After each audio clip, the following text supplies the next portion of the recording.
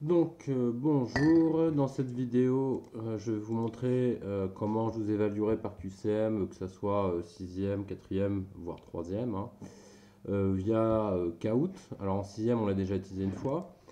Alors j'ai adapté au fait que vous soyez confiné chez vous, pour ceux qui connaissent déjà. Pour ceux qui ne connaissent pas, première étape, j'écris Kahoot sur Google, donc K-A-O-O-T, d'accord.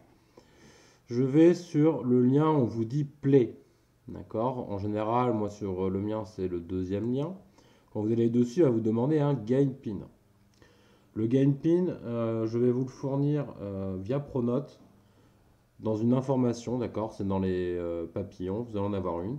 Et je vais mettre une date limite pour le jouer. Ça veut dire quoi? Ça veut dire que vous avez jusqu'à cette date pour le faire quand vous voulez chez vous. Vous le faites qu'une fois par contre. Et vous me faites ça sérieusement. Ça reste une évaluation. Donc là, par exemple, je montrer un test. J'en avais créé un au hasard. Je fais entrer, vous écrivez le code que je vous aurais donné via Pronote. Vous faites entrer, il vous dit prépare-toi, nanana. Ensuite, il vous dit en dessous là, donc il vous dit vous allez jouer à ce challenge. Bon là, j'ai fait avec l'exemple d'un Kahoot que j'avais utilisé en première L l'année dernière. Il vous dit Enter nickname pour join the game. Bon, désolé pour mon accent anglais qui est horrible. Ça veut donc dire écris ton prénom pour rejoindre le test. Alors, comme c'est ouvert par niveau sur chaque test, c'est-à-dire qu'en quatrième, j'ai les 5 classes, vous allez me marquer votre prénom. Par exemple, on va prendre un exemple, Alex, on va dire que je suis en quatrième 2, vous m'écrivez 4-2 pour dire quatrième 2. Si vous êtes plusieurs dans une classe à avoir le même prénom, vous me rajoutez derrière ou juste avant le début du nom de famille. Et s'il vous dit le prénom est déjà pris, le pseudo est déjà pris, vous rajoutez ce que vous voulez derrière, n'importe quoi. Pas de bêtises, je précise. Après, vous faites OK, go.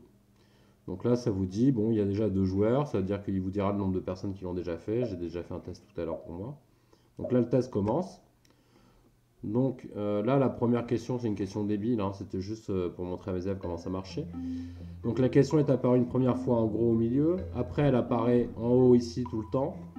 Ici j'ai mon chrono, et là j'ai les 4 réponses possibles. Et vous devez cliquer sur la bonne réponse. D'accord. Donc là, la physique c'est, vous marquez ce que vous voulez, on s'en fiche. Voilà. Et bon là c'était une question que j'avais fait au hasard, il n'y avait pas de points, donc ça met rien. Après, je fais next, je passe à la question d'après. Donc là, la lumière se propage en ligne droite dans un milieu homogène. Tac, j'ai bon. Alors, les points que vous allez avoir s'afficher en haut vont dépendre de la vitesse à laquelle vous répondez. On s'en fiche. Moi, je compte seulement le nombre de bonnes réponses. Donc, ne vous focalisez pas sur les points qui apparaissent. Pourquoi des fois j'ai plus ou moins de points. Pour moi, chaque question vaut un point. D'accord? Donc voilà l'explication comment se déroulera les tests sur Kahoot. Donc il y a déjà un test pour les quatrièmes et de sixièmes qui va être lancé d'ici la fin de la journée là.